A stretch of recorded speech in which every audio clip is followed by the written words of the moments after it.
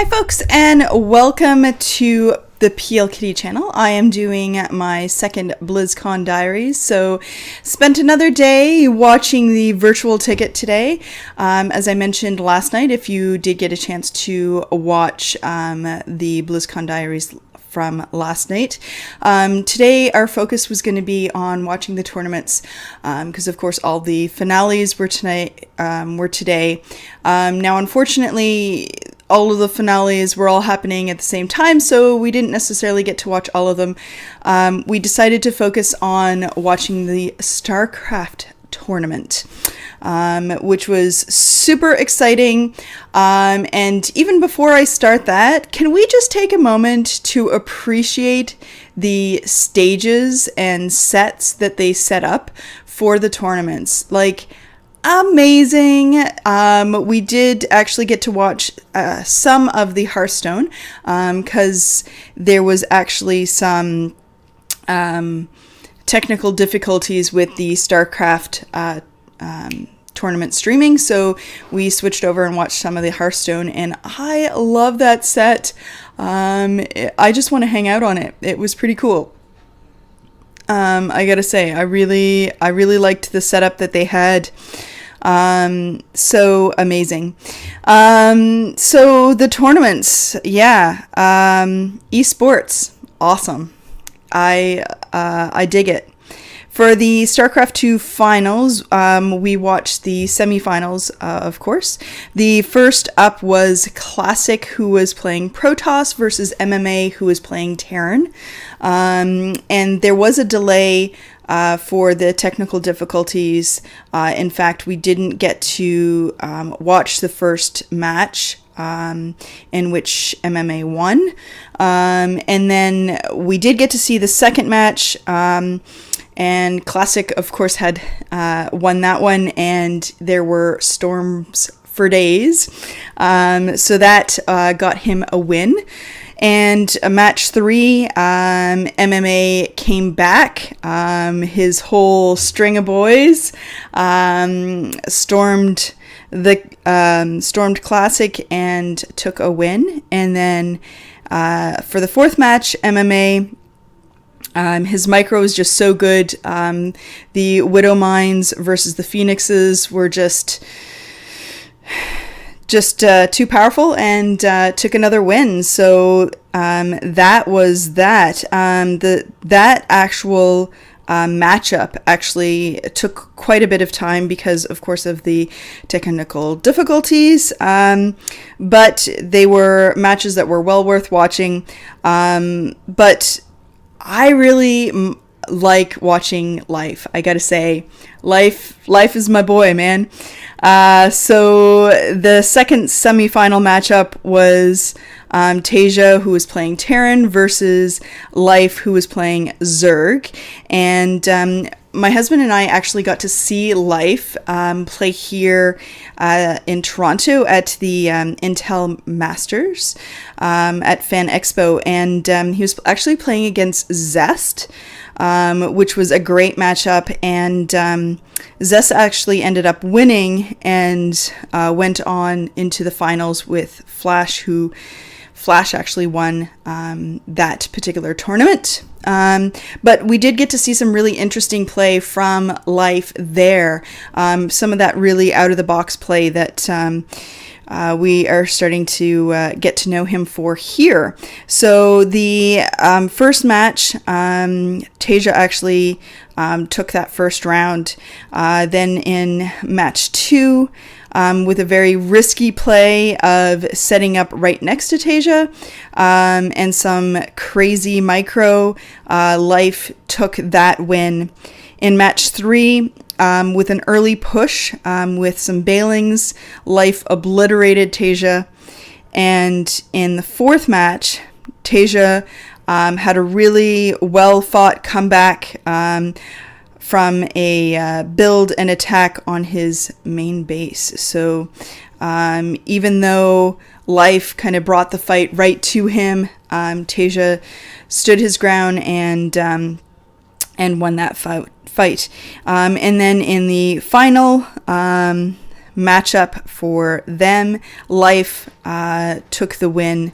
There were just so many banelings. It was incredible. So, of course, the final brings MMA playing Terran versus Life playing Zerg. It kills me because there's so much excitement and cheering, and we announce the players, and there's so much cheering for each player, and then it cuts to the actual match, and there you see the slow moving overlord. It cracks me up every time. It's like so much excitement and craziness, and then the slow moving overlord creeping along. Oh, that image, I love it. So for the first match, Life takes the first match with a great defense and some timing. And then in the second match, Life takes game 2 after MMA walks right into a trap. So that was pretty cool. We all kind of saw it coming, and it happened. So then in the third match, MMA wins, preventing the 3-0, the dreaded 3-0, and showing he was still in it. But really the thing that won it for him was the map. There was kind of a strange little ledge where he was able to kind of attack from, and really took Life a bit to try to get around. So that I think really gave him the win for that one. And then in the fourth match, Life brings it back to match point with his infrastructure. Was just so much greater than his vision. He couldn't actually see what was going on, but he was able to bring out a win based on his infrastructure that he had built up, showing that he's not only good at the micro, but he's really does show some strength in managing his resources and builds, and he did a great job. And then in match 5, Life won the world championship. So skirting out of sight with a massive amount of banelings, and again, MMA just kind of was scouting out, and Life had like this whole bunch of Zerglings around the edge that he just couldn't see and was kind of skirting around, and then this massive amount of banelings just pushed forward, and it was incredible. I gotta say, I love seeing those banelings rolling out and exploding. It's fantastic. So after getting to watch the finals, we went back and got to watch one of the Starcraft panels. So we'd actually watched the play last night. So they did some matchup where they were actually playing with the new builds that are happening for the expansion. So for Legacy of the Void. And so, of course, this is the final chapter, wrapping up the storyline, and we'll find out a bit more about that. We didn't get to listen to that panel yet, but we will, and I'll certainly be commenting about that as well. But we watched the StarCraft multiplayer panel, so we could find out a little bit more about the changes that are coming with that. So their design goals were really, they talked a lot, and it was a lot of repetition about wanting there to be more action, reducing the passive time, having more harass happening, and incentives to go on offense, more micro opportunities for both sides. You can really tell that they're really trying to build this like engaging play, that it's engaging for the pros, and it's gets us excited to try it out as noobs as well, I guess, but that it's also interesting for us to watch as fans as well. So they really wanted to have more army versus army micro as well, because it's more fun to watch, and because they also, like we say, oh, that was that was really cool what they just did, but they want to make sure that like everybody watching can tell that they just did something cool. So they want to really kind of flush that out a little bit more. And of course, this is in like pre-alpha stage, so like stuff's going to change, but and they still have some things that are in the works that weren't ready to show yet either. So this is what they were showing at this time. So they want to improve the existing units and abilities. It is, like I said, a work in progress, but one of the things that they're adding for everyone is starting workers from 6 to 12. So workers will be going up to 12 units. And so the hope is that this reduces the passive moments in game, because they found that, for the first little bit, you're just, trying to collect those resources, doing what you can with just those 6 units. So now you'll have 12 to start off. And then with the Terran, which was just wrecking the place in the matches that we saw. So you have the Hercs, who are barrack units, and they have this grapple. And so it for those of you who play World of Warcraft, it reminds me of like the Death Knight being able to like grab the units and pull it to them. So it's really great for helping to defend some of your more vulnerable units. It's good against lings and counter, so it's a counter for that. It encourages micro as well. Of course, like I said, if you're going to be using that grappling hook, then that's going to be a good micro engagement there. They're actually kind of cute units too. And then you have the Cyclones. So they are a factory unit, and they have high amounts of damage while moving. And they can damage both ground and air units. They're great for eliminating priority targets and a new way to open. This was just destroying when we were watching it. It just had such a huge area of effect. It was just incredible. But they also did show some of the tactics to being able to counter that as well. And I mean, you'll certainly be able to go onto the website and be able to get some more information on this. I'm sure all of this is, it's a work in progress too, so it's going to be changing as well. But just to give you guys an idea, then you have the siege tanks. So the medevacs can pick up in siege tank mode now, so that'll be something new and interesting to play with. The Thor now has a self-repair. So it can't move or attack while it's repairing. So this will be a tactical decision, again, creating some more micro happening. Then you have your Banshee movement speed upgrade and base range of 1. So that will be changing as well.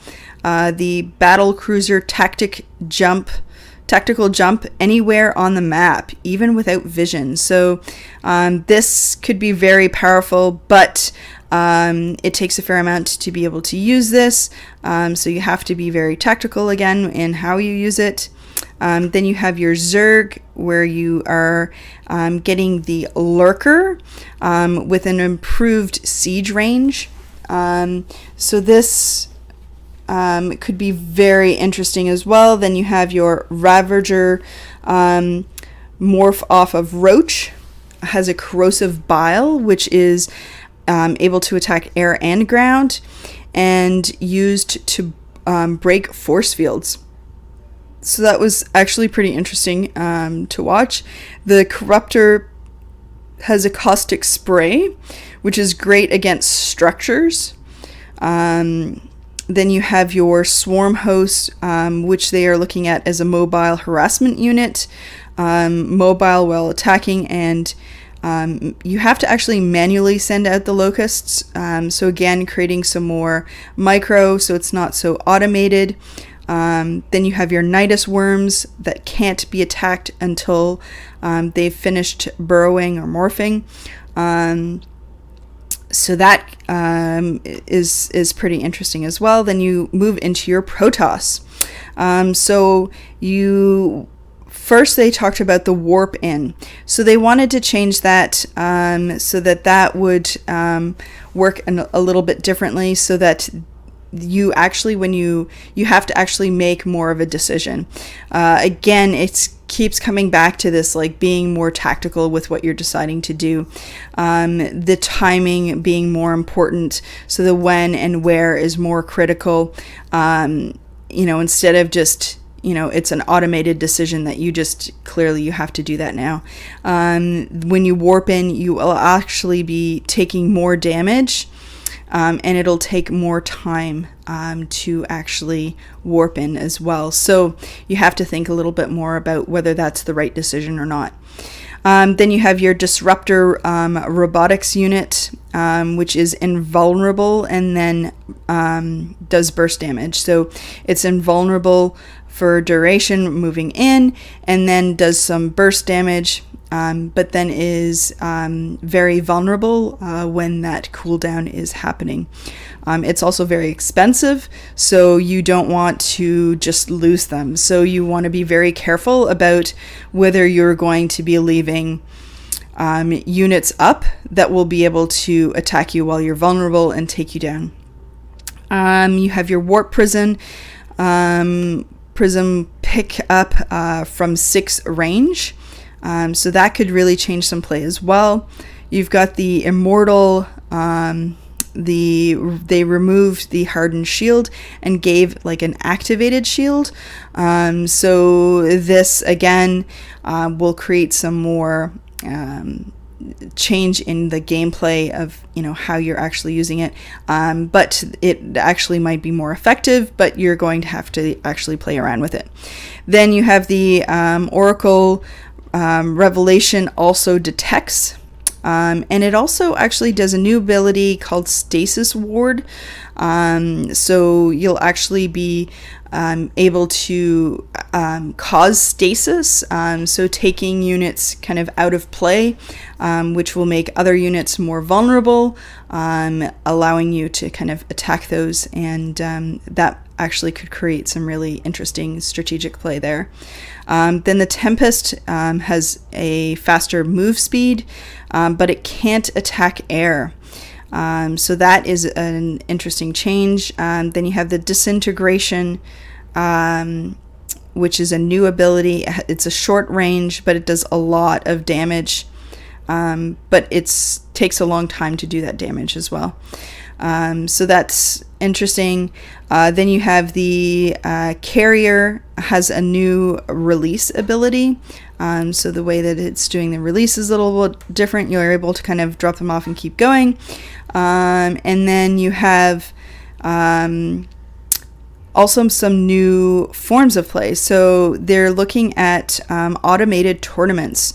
So they really want to be able to bring that tournament experience to the user base. So you'll be able to sign up on Battle.net and then join the tournament that day. So they're looking at ways to make that happen in a way that does allow you to have that full tournament experience. And what they really talked a fair amount about as well, and actually showed some of the play of, was the Archon mode. So this is a new team mode, 1v1 with an ally. So you'll actually be able to have you and somebody else controlling your one race, and going up against 2 other people playing their race, or their so 1v1, but as a team. So I'm not really clear on how that all will work in terms of, there has to be a lot of communication happening there, obviously, so that you know who's controlling what and how that's working. But I think that could be really interesting. I actually see that being something really interesting for pros who do coaching, or for even just like people who, are more experienced, wanting to help out their friends who may be interested in joining, playing or starting to play Starcraft, but don't really have any experience. So you will have the ability to kind of, pair off and play that way. So that could be really interesting. And in the Q&A, people brought up the idea of whether this would be included in ranked ladder, and that's definitely something that they want to see happen. So that was kind of me rushing through all of the stuff from today. So much more excitement and craziness. Of course, day one is always so much more filled with reveals and excitement, and I'm just kind of coming down off of that. Was feeling pretty tired today. But we did get to, get through that at least. And tomorrow we will probably take our time and watch some more of the panels that we didn't get to see. I'd like to take a look at the goblins versus gnomes, and also some of the Diablo and Starcraft stuff that we missed as well, and of course the Hearthstone tournament as well. I very much enjoy watching Hearthstone, but it's also something that we casually do on a regular basis as well. So I think that kind of covers the BlizzCon Diaries for today, Saturday, November 8th. It is now 11:14 here in Ontario, Canada. So I think it is time for me to start winding down. I'm not sure, but we might actually get to watch Doctor Who tonight. Was actually on Twitter a fair amount today because I was following the Starcraft matches and posting about that and yada yada yada, and so I was trying to avoid all the spoilers for Doctor Who, and so I want to watch that before I actually see any of the spoilers. So that is it for today. I may do a BlizzCon Diaries tomorrow. I'm not 100% sure. If not, then on Monday I probably will, and I'll be putting up a new schedule for this week. I will be playing some more Evil Within. I will be starting Heroes of the Storm, as well as probably playing some World of Warcraft as well, because I do need to do some prep to get ready for the expansion, which is super soon. So yeah, all kinds of crazy fun stuff happening. So hopefully you will join me for that. I hope that you have a wonderful evening, and we will see you in another broadcast in another game. Bye for now.